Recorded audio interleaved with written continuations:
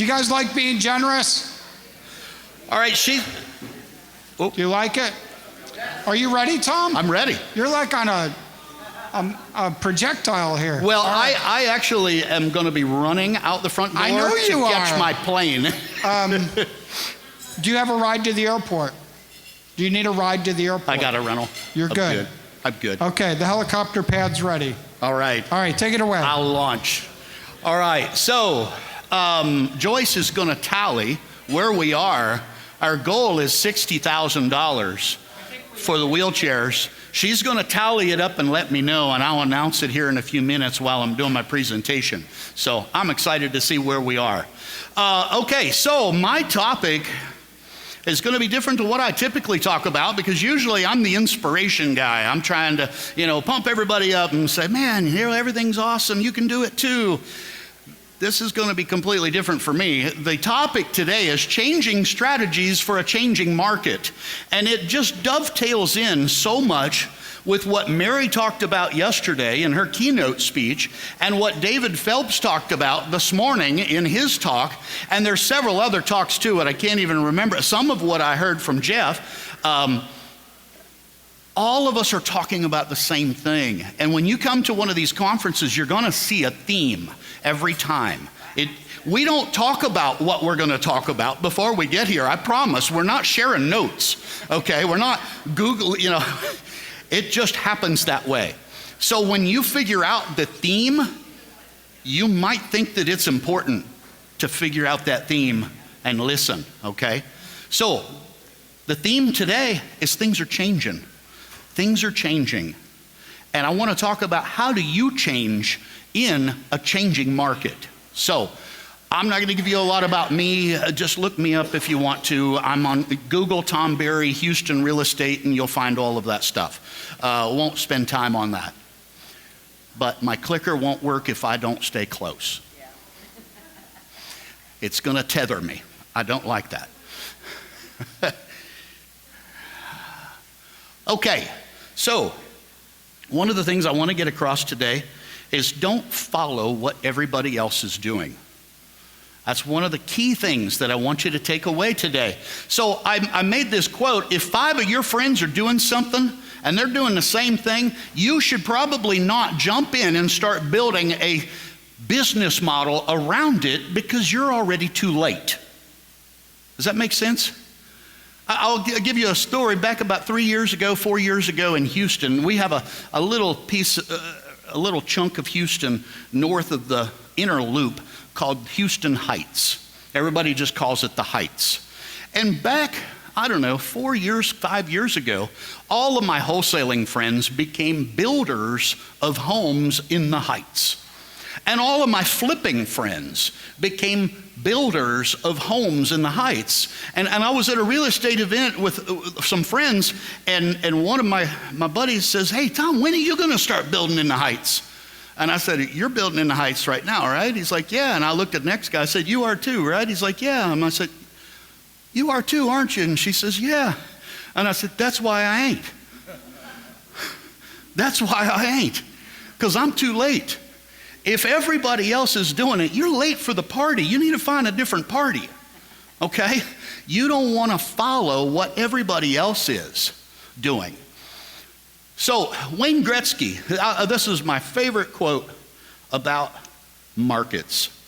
Wayne Gretzky, famous hockey player, is quoted as saying, I don't go to where the puck is.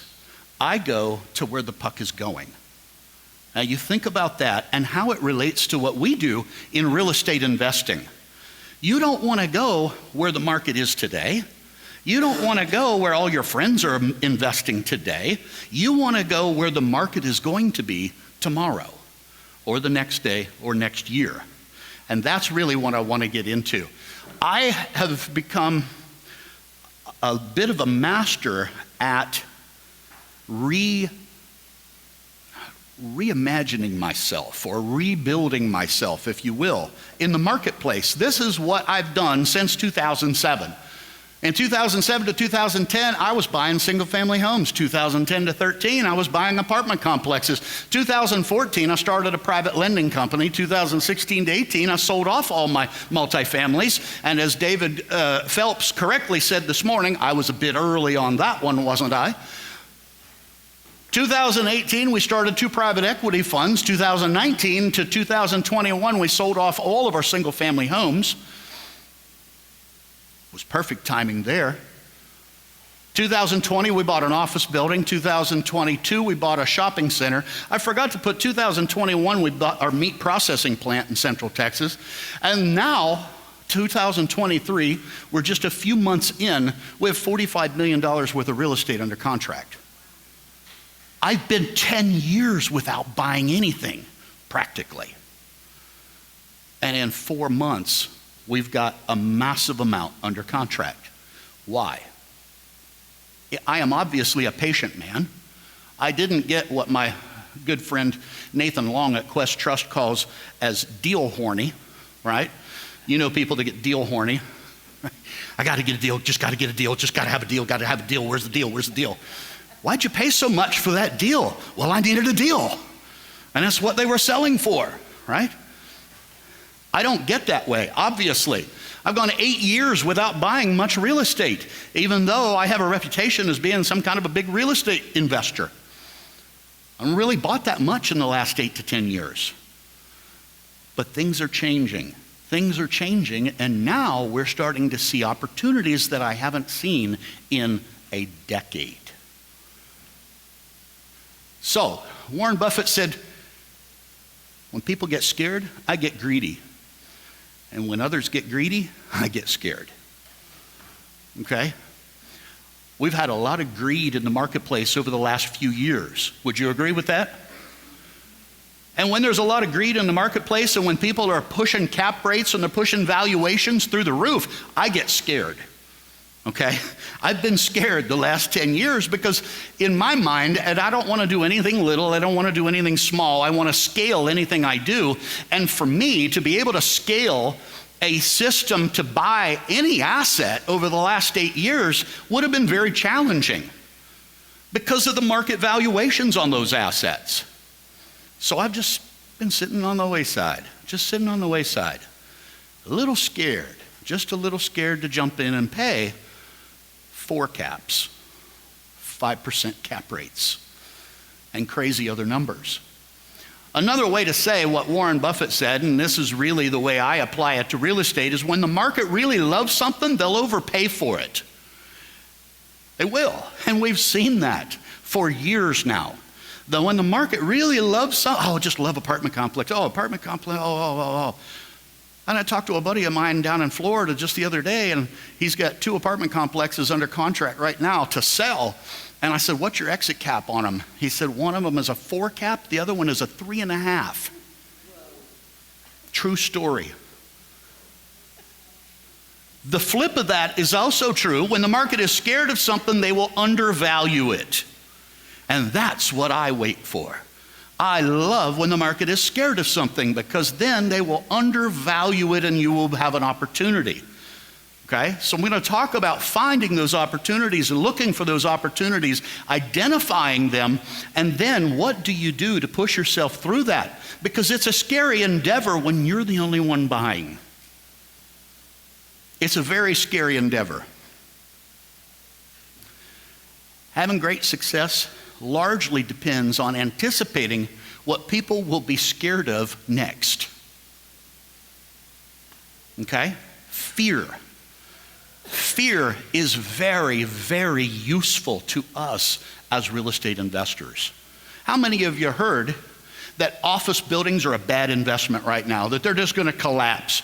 Because why? COVID, work from home, Zoom, technology. Nobody's coming to work, remote work. We could go on and on.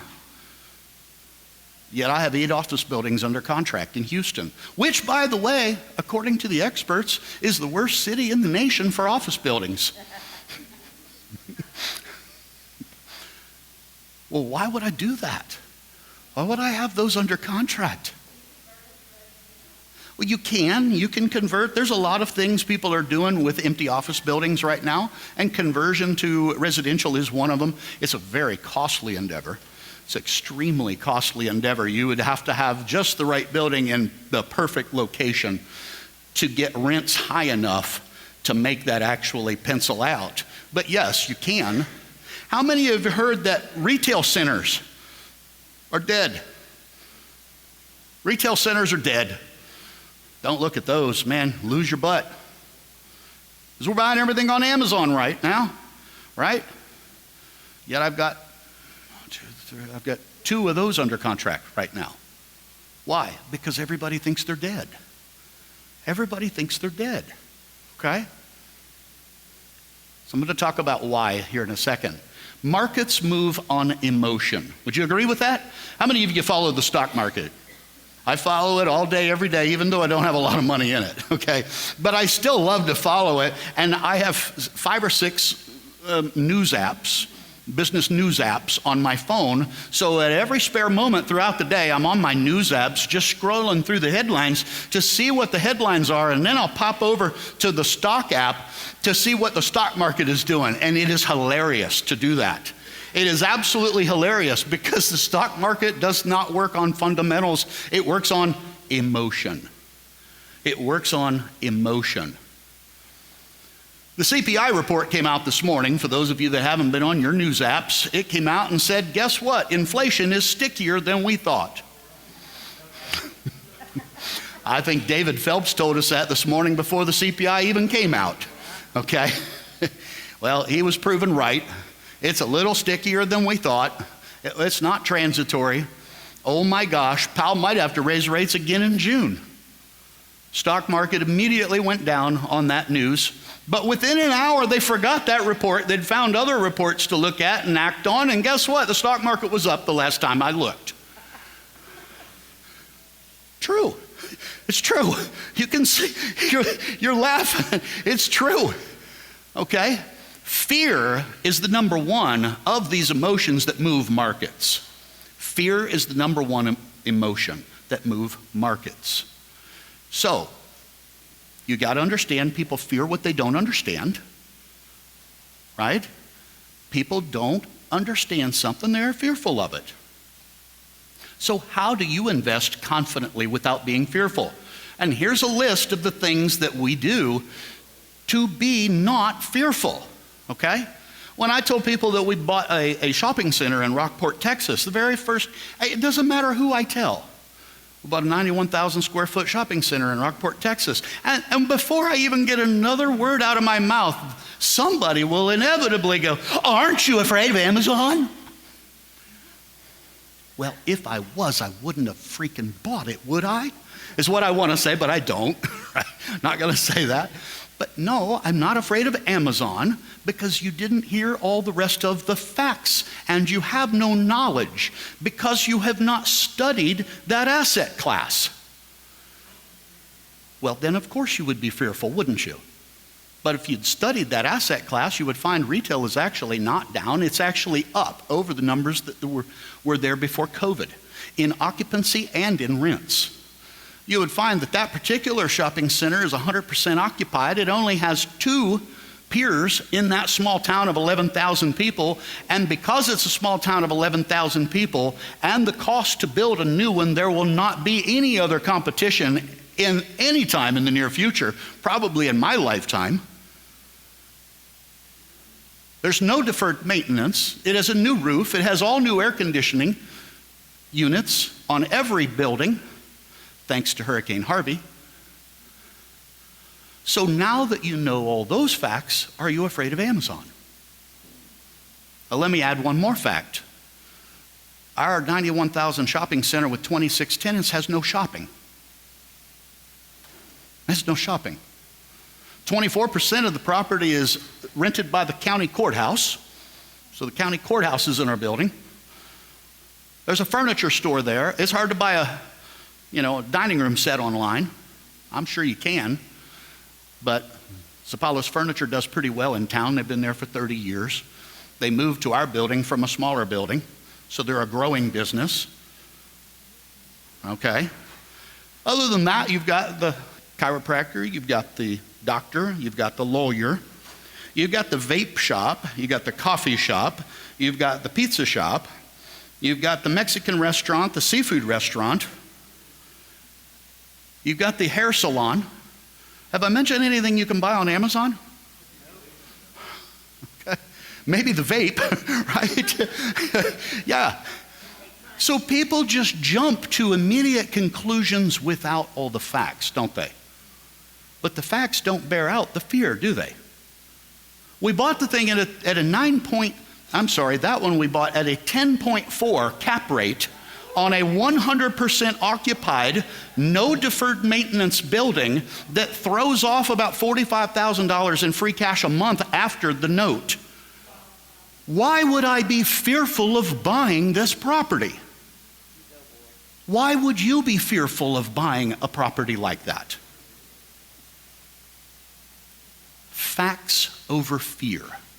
Facts over fear. When you hear everybody else in the world is fearful of something, you get excited about it and learn about it and say, if everybody else doesn't want it, how could I make it work for me?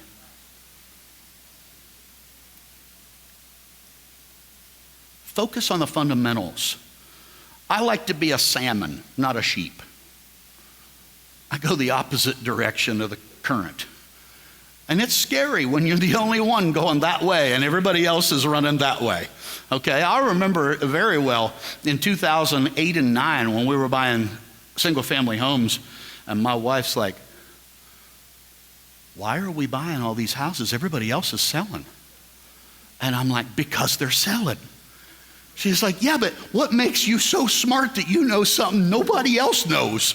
I'm like, well, I'm not, but it's just common sense. If we can cash flow these properties, key word there, write that one down. If the asset pays for itself, is another way of saying that. If the asset pays for itself on conservative numbers, why would I not buy it for fear?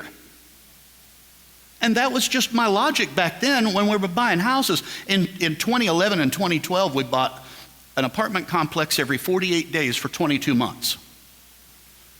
And they were all ugly, half vacant or more. They were all what I call alligators. They all ate money every month. They didn't pay you. They ate money every month, meaning they lost money monthly. So our goal was to hurry up and get them fixed up, get them leased up so we could at least get them to break even before we bought the next one. But we were buying so many, sometimes, well, I didn't make it, right? So we'd have 2 or 3 alligators at a time. My wife at one point asked me, how many unprofitable properties does one company need? She did the books. Yeah. She's like, you're gonna kill me here. I can't keep up with this. But we were salmon. We had brokers calling us at the time saying, will you drive by such and such apartments and tell me what you would pay for it? I'm like, yeah, I could do that. Why? They're like, you're the only buyer in the county. Nobody else is buying apartments. Do you imagine being in that position? Right? I was sitting at the bar down here yesterday. I don't know who I was sitting with, but I know we were drinking whiskey. And my phone rang, and I looked down, and I'll just say the first name was Lucas. It is a broker in Houston that I haven't talked to in 6 or 7 years. He got wind that we're buying shopping centers. He's like, I got one for you. We're starting to get those calls again. It actually just started yesterday, okay? Be a salmon, not a sheep. And always have a mix of cash flowing and growth of investments. I'm going to break them down here in just a minute. Favor growth investments in a rising market and cash flowing investments in an uncertain or falling market. So right now, what would you call the market we are currently in? Uncertain or falling. I'm not sure it's falling. It depends on where you are and what asset class you're working, but we could certainly call it uncertain, couldn't we? So right now I'm focusing more on cash flow investments rather than growth investments. And I'll break them down here in just a minute. Build conservative pro formas based on historical norms. I love to look at sheets of data that go back, clear back to the Great Depression. Because if you look at a long enough window, you can see historical norms. So if something is trading today, like those apartments that my buddy is selling, are trading today at around a 4 cap, is that a historical norm? No, it is not a historical norm. These are C-class apartments, B's at best. There's no way that's a historical norm. So I would not go into this project if I were buying an apartment complex saying, hey, I'll be able to sell it on a 4 cap at the end. That's not a historical norm. We have to look at history and build our pro forma and build our numbers conservatively based on history, not recent history, not just a small snippet of history, because that's what's getting guys in trouble right now. At the end of the day, if an asset is priced below historical norms and it pays for itself on conservative assumptions, to me, that's a deal regardless of what anybody else is doing. And I'll take all those I can get. Does that make sense? So buying the good deal is the easy part. You might think, yeah, it's not that easy to get a good deal. Well, it's even less easy to run that good deal and to run it effectively and efficiently. We're getting into a part of the market that is not going to be real conducive to flipping. If everything that most of the speakers have talked about is true and comes true, I think we're going to get into a rough credit market. Meaning, it's going to be hard to sell our properties on the back end. It might get real easy to buy properties. It's easy to fix the property, but on the back end, if we can't sell the property, it makes it hard to flip, right? Because a flip doesn't pay us until it sells and closes. But in that tough market, it might be a great time to build a portfolio of properties that we hold through that rough patch. And then when people get exuberant again and start overpaying again, that's when we drop them.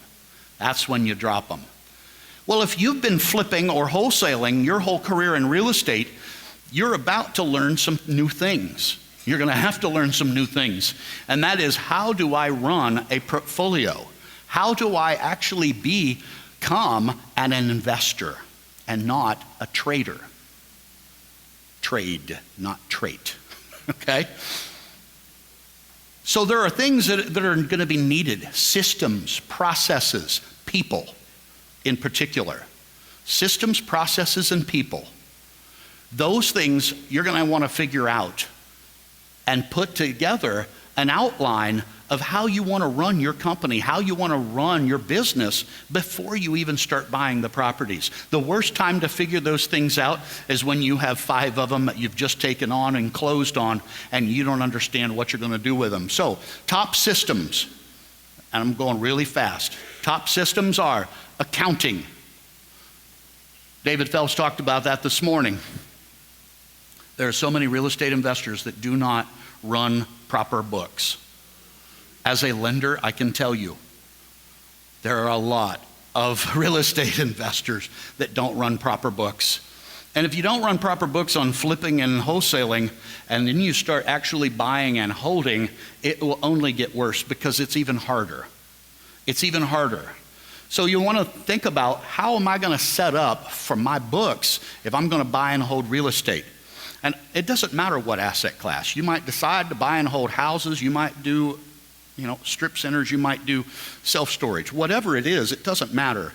But you want to figure out, how am I going to handle the books? How am I going to handle the accounting? How am I going to have clean sheets that I can show a lender, a banker, equity partners, whoever it is that you're going to raise your capital from? And then after the accounting is the management side. Who's going to manage these things? Who's going to manage the tenants? Who's going to manage the leasing? Tenant management and leasing management are the 2 biggest ones. And then you've also got the maintenance side. I try to avoid the maintenance side because with shopping centers, I have triple net leases, so I don't have to do any maintenance. That's a huge benefit to doing commercial properties that have triple net leases. I'm not responsible for the maintenance on the building except for the roof, the ACs, the exterior walls, and the parking lot. And in some of them, not even the ACs. The next one is the people. Last Dealmaker conference, I talked about hiring people and why it was an effective way to grow and scale your business. If you're going to hold properties, you're definitely going to need to have some people. Now, those people could be employees, they could be some other form, but you're definitely going to need people on your team to effectively manage those. One of the gentlemen that David alluded to this morning is a colleague of mine as well. And one of the biggest things that blew up his business is he was buying more property than he could rehab. He had no system in place for getting the crews in those houses. It was actually houses in his case. Getting the crews in those houses and getting them fixed and getting them filled. So they ended up with dozens and dozens and dozens of houses that were just sitting and unrentable. But that's a management issue. It's a very fixable issue, but you want to start out knowing how you're going to handle that before you get into it. Don't underestimate the role this will have in your profitability and scalability. So the difference between cash flowing investments and growth investments. I just kind of put together a list of them. Stabilized commercial assets, like the shopping center that I talked about, that's definitely going to fall in the cash flow investment side. There's not a lot of value add to that thing because it was pretty much new. Oh, we did hire a painting company to go out and put a new paint job on the front of it. We had Sherwin-Williams come up with a really cool paint scheme for it. And the tenants just loved that. That's one of the first things we did when we closed. But that's like a $50,000 deal. That's all the money we could probably put into that property if we tried, because it's all new other than that. So there's really not a lot of upside. It just throws cash. It just throws cash. Another cash flow deal is like lipstick deals for single family homes. What do I mean by that? Not a lot of rehab needed. I was talking to somebody here, I won't point them out, but he's like, yeah, we're buying houses for this, we're putting only this much in them, and we're getting this much for rents. I'm like, whoa, those are great numbers. That falls in the cash flow side. That falls in the cash flow side. Strong private lending deals with not a lot of risk. Profitable companies. Several of you in here buy companies. And I've done a couple of those as well. A lot of those can be cash flow deals. Or selling homes on seller financing. Just turning your property into a note that pays you on a monthly basis. Again, falls in the cash flow side. The cash flow side is where I think we should all be focusing heavy right now. I still like to have some growth in my portfolio. That would be new construction, development projects, reposition or repurpose projects, major rehabs on single families, adding square footage, things like that, where you're really adding a lot of value, okay? Taking over unstabilized commercials or properties. The difference, though, is with those, there are a lot more unknowns. Would you agree? There's just a lot more places that deal can go wrong. And in a rising market, okay, a rising market kind of covers mistakes for you. But when you're in a market that isn't rising, or heaven forbid is falling, there's no room for error. There's no room for error. So depending on where you are in your net worth, in your investing strategies, and in your investing career, you're going to need to figure out what kind of mix do I want. It's kind of like the financial planner that says, I think you should have a 60-40 portfolio, 60% stocks and 40% bonds.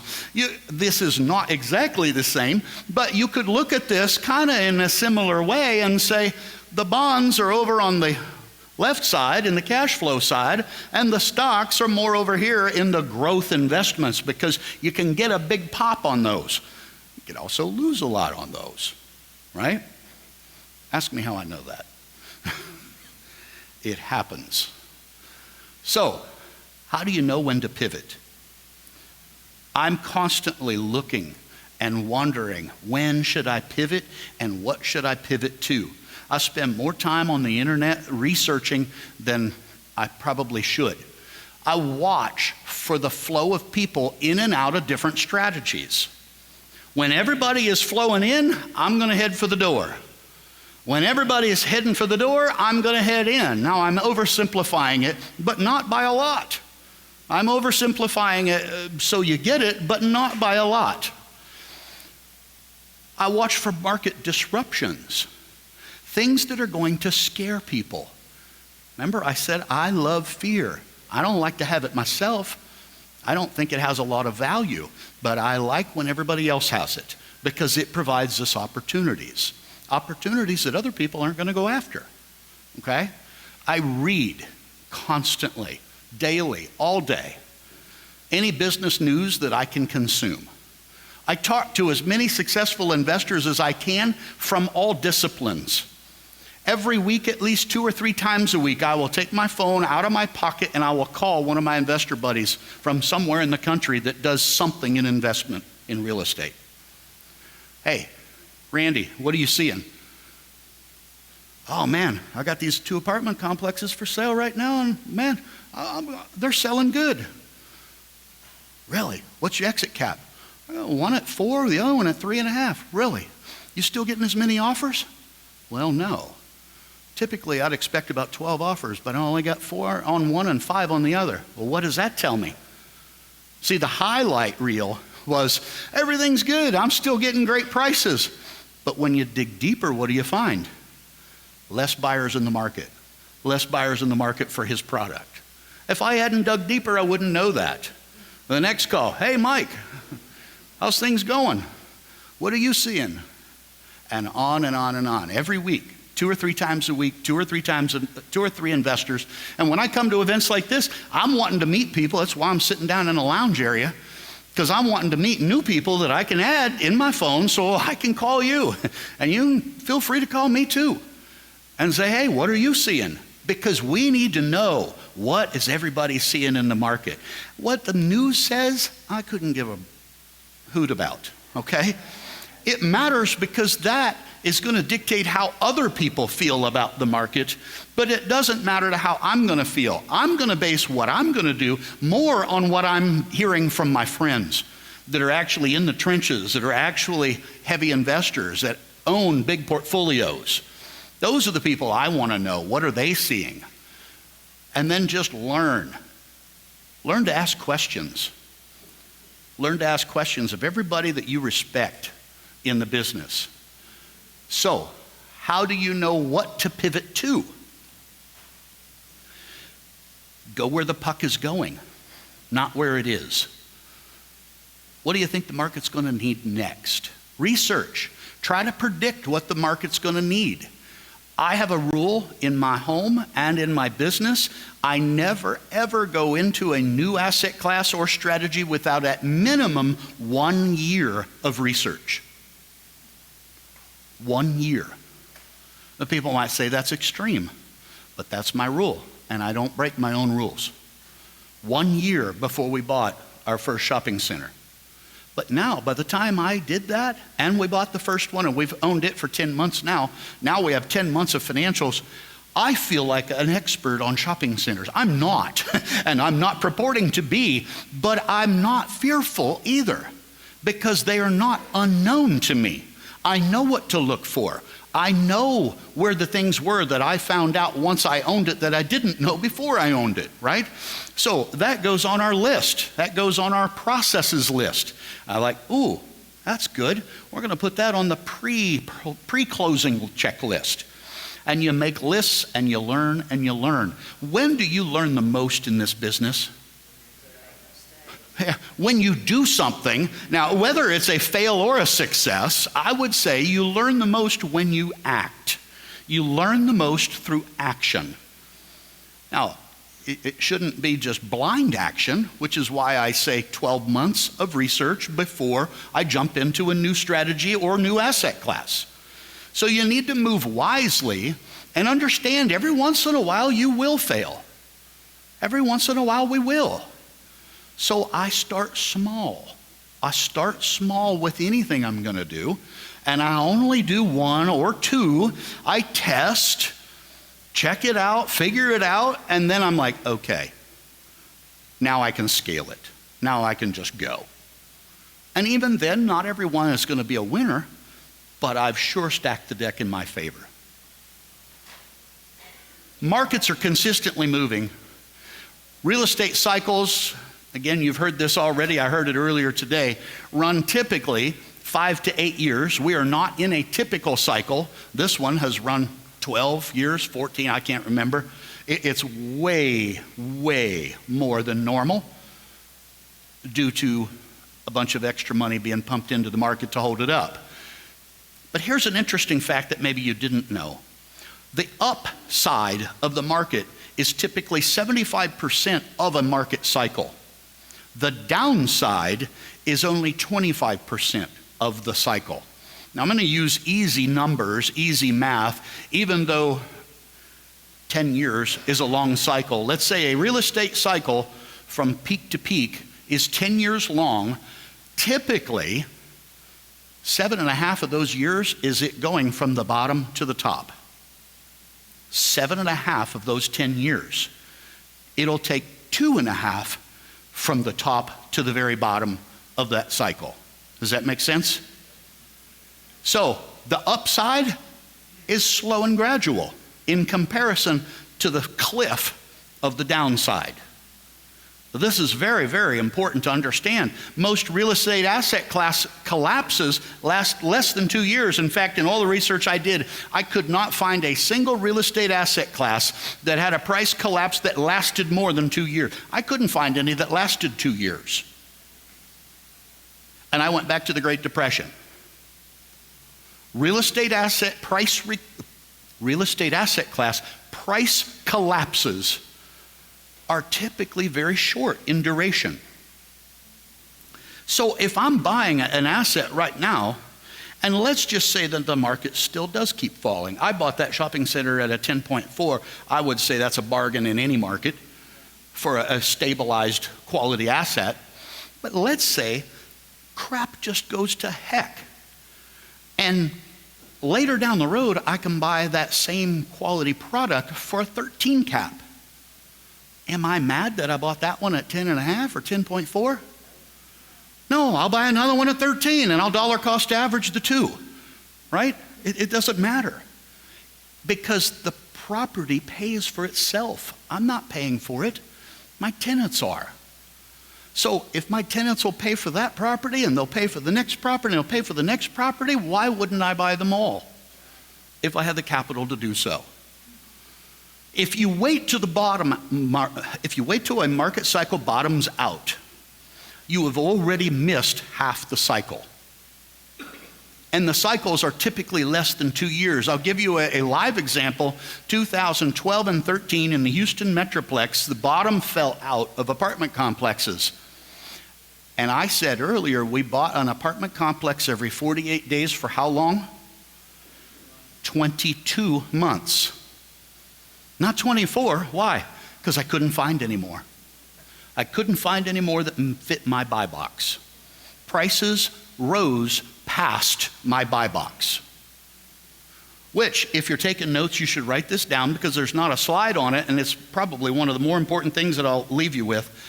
You have to have a buy box. You must have a set of rules for yourself of what you will buy, where you will buy, how you will buy, what size property, what kind of property, and every other thing that you can think of. Build yourself a tight buy box. And then, since it's your rules, stick to it. Stick to your own rule. If somebody asks me, Tom, if I ask somebody, well, what do you buy? And they say, well, I like this, and I've been looking at that, and what do you think about? I'm like, this person has no clue. This person is not a professional real estate investor, and they have no clue. If you ask me, Tom, what do you buy? I'll say, text me your email address, and I'll email you a written copy of our buy box. I know what I buy, and I'm disciplined, and I stick to it. When you get that way, you can scale. You can grow, and you can do it safely. This is my contact information. These are ways that I can help you if you need a loan, if you have money that you're looking to invest, or if you just want education at Tom Berry REI. If you want to follow me on social media, Facebook is the best way because I actually answer that one myself. All the rest of our social medias, my team does. Thank you very much for your time. Tom, I know it. you've got to run. Thank you, my friend. Thank you. It all started on a little island off of Cozumel with Tom and Melissa and Cheryl and I, just having fun floating in the Caribbean.